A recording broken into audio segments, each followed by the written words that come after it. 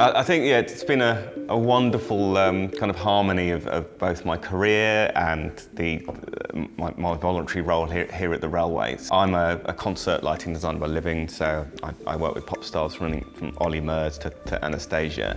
There's a very high standard of lighting programming that I deliver. It's a complete custom system, nothing's really off the shelf, only the lights underneath there, an off-the-shelf kind of product, which gives us the ability to animate the train, change the colours, change the atmosphere, and do a proper light show to music, which is what differs tremendously to some of the other railways out there that are essentially static coloured rope lights. On board the train, once you're on, we put LED lights all inside the coach, so it's above people's heads. Obviously they can see the lights within the windows, dangling past them. We project from underneath the coaches very, very high power LED lighting to illuminate all the trees and everything around you.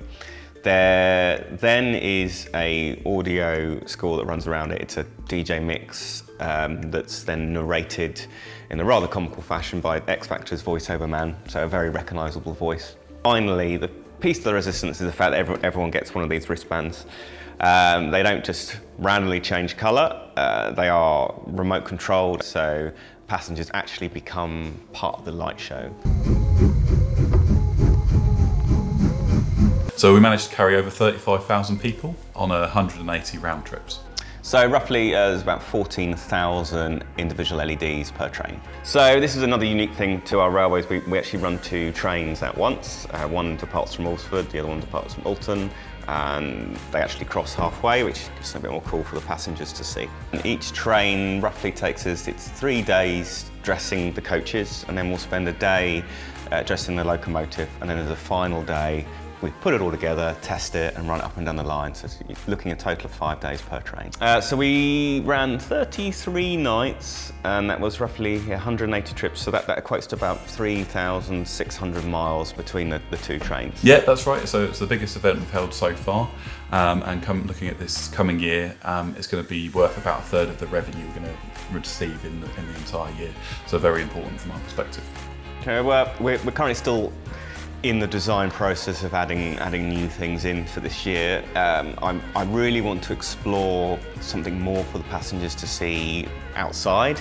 So my current thought is I want images to be projected onto the fields as we go by.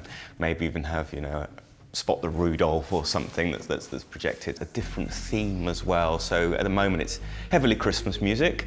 So I'm hoping maybe to introduce the last service maybe with more of a party theme, so not just Christmas music. The Steam Illuminations ran for 31 days, starting at the end of November and then finishing up in the middle of January.